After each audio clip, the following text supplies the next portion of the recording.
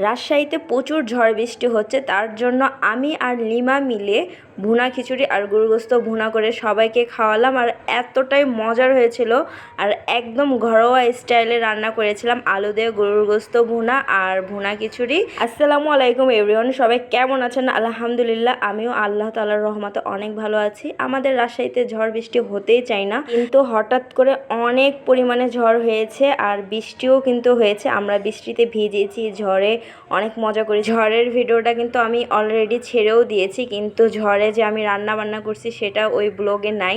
আর এই ব্লগে আমি কি রান্না করেছিলাম সেটাই। আর আমি রান্না করেছিলাম হচ্ছে গরুর গোস্ত ভুনা আলু দিয়ে আর ভুনা খিচুড়ি।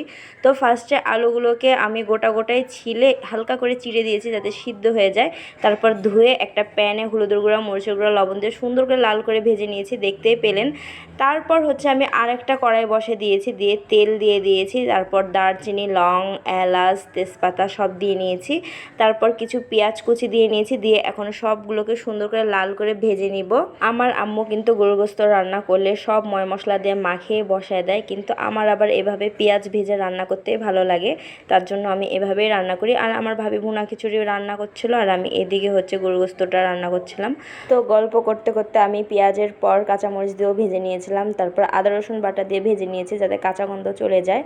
তারপর দিয়ে দিলাম হচ্ছে পেঁয়াজ আর শুকনো মরিচ বাটা, দিয়ে সুন্দর করে নাড়াচাড়া করে ভেজে নেওয়ার পর একটু পানি দিয়ে দিলাম যাতে পুড়ে না যায়। এবার হচ্ছে মশলা কষানোর পালা। তার আগে আমি বাকি মশলাগুলো অ্যাড করে দিয়ে দিয়েছি হলুদের গুঁড়া, মরিচের গুঁড়া। তারপর নাড়াচাড়া করার পর দিয়ে দিব স্বাদ মতন লবণ, আর আমি অল্পই দিয়েছি, পরে যদি লাগে আবার দিব।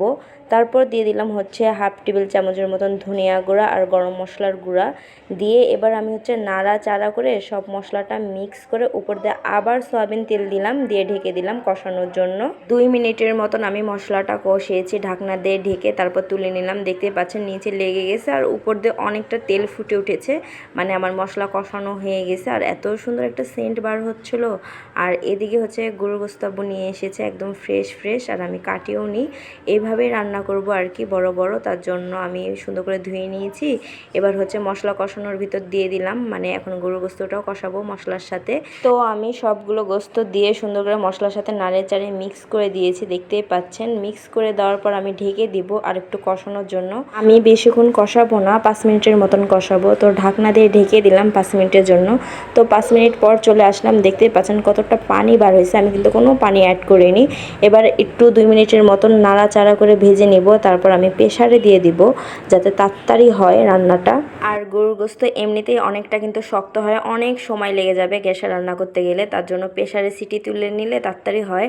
আর প্রচুর ঝড় বৃষ্টি হচ্ছিলো, কারেন্ট না চলে যায়, তার জন্য আমি তাড়াতাড়ি রান্না করছিলাম। তো আমি প্রেসারে গরুর গোস্তগুলো দিয়ে অল্প একটু পানি দিয়ে আমি সিটি তুলে নিয়েছিলাম। আমি 3 সিটির মতন তুলেছিলাম, বেশি না। এবার আমি আমার সেই ভাজা আলুগুলো দিয়ে দিলাম, দিয়ে আবারও আমি হচ্ছে প্রেসারটা লাগিয়ে বসিয়ে দিব, আরও 3 সিটি মেরে দিব। আগে মেরেছিলাম 3 সিটি, সেটাতে কিন্তু গরুর গোস্ত একটু সিদ্ধ হয়নি, মানে একটু সিদ্ধ হয়েছে, এখনও অনেকটা বাকি। তার জন্য আলু দিয়ে আমি আবার 3 সিটি তুলে নিলাম। টোটালি হচ্ছে 6টা সিটি তুলেছিলাম। এতে গরুর গোস্ত আর আলু দুটাই সিদ্ধ হয়ে গেছে, মানে তাড়াতাড়ি হয়ে যাবে রান্না। এবার হচ্ছে আমি যে কড়াইতে রান্না করেছিলাম সেটাতে আবার বসিয়ে দিয়েছি, দিয়ে হচ্ছে উপর দিয়ে আমি আবার 1 টেবিল চামচের মতন মরিচের গুঁড়া আর গরম মশলার গুঁড়া 1 টেবিল চামচের মতন দিয়ে নিলাম। এতে হয় কি, লাস্টে যদি আমি মরিচের গুঁড়া দিই 1 টেবিল চামচের মতন, এতে তরকারির কালারটা একদম লালচে হয়। তার জন্য হচ্ছে আমি শেষের দিকে 1 টেবিল চামচ করে মরিচের গুঁড়া দিই, এর আগেও ভিডিওতে আমি বলেছি। তারপর মশলাগুলো দেওয়ার পর হচ্ছে আমি গরুর গোস্তটা 5 থেকে 10 মিনিটের মতন কষিয়েছি, দেখতেই পাচ্ছেন নিচে একদম লেগে গেছে কষাতে। তো এবার হচ্ছে আমি যতটুকু ঝোল খাবো ততটুকু পানি দিয়ে নিলাম, তারপর উপর দিয়ে আবার একটু লবণ দিলাম। ঝোল চেখে আমার এই পর্যায়ে লবণ লেগেছিলো, তার জন্য দিয়েছি, আপনারা চেখে নেবেন, যদি না লাগে তাহলে দিতে হবে না। তো এবার আমি হচ্ছে লবণ দিয়ে নাড়াচাড়া করে ঢেকে দিয়েছিলাম ফুটানোর জন্য। তো আমার ফুটানো হয়ে গেছে, আমার রান্না কমপ্লিট। এবার হচ্ছে আমি উপর দিয়ে ভাজা জিরার গুঁড়া দিয়ে দিলাম যাতে স্বাদটা আরও বেড়ে যায়। আর এত মজার হয়েছিল, আর দেখতে পাচ্ছেন কালারটা কতটা সুন্দর হয়েছে, অনেকটা কিন্তু মজার হয়েছিল। এইভাবে একদিন রান্না করে দেখেন গরুর গোস্ত, অনেক কিন্তু মজা লাগে আর অনেকটা সময়ও কম লাগে। আর এদিকে হচ্ছে আমার ভাবি খিচুড়ি ভুনা করেছিল, রান্না করা একদম কমপ্লিট। ওর খিচুড়ি ভুনা হয়ে গেছে, আমার গরুর গোস্ত রান্না করা হয়ে গেছে। এবার হচ্ছে আমি খেতে বসে গেছি, একটু সালাদ আর একটু লেবু নিয়ে নিয়েছি সাথে। খেতে যে মজা হয়েছিল আর কতটা সফট হয়েছে আপনারা দেখতেই পাচ্ছেন, ধরলেই হাতের কাছে চলে আসছে একদম। এতটাই নরম হয়েছিল, অনেকটা মজার হয়েছিল কিন্তু।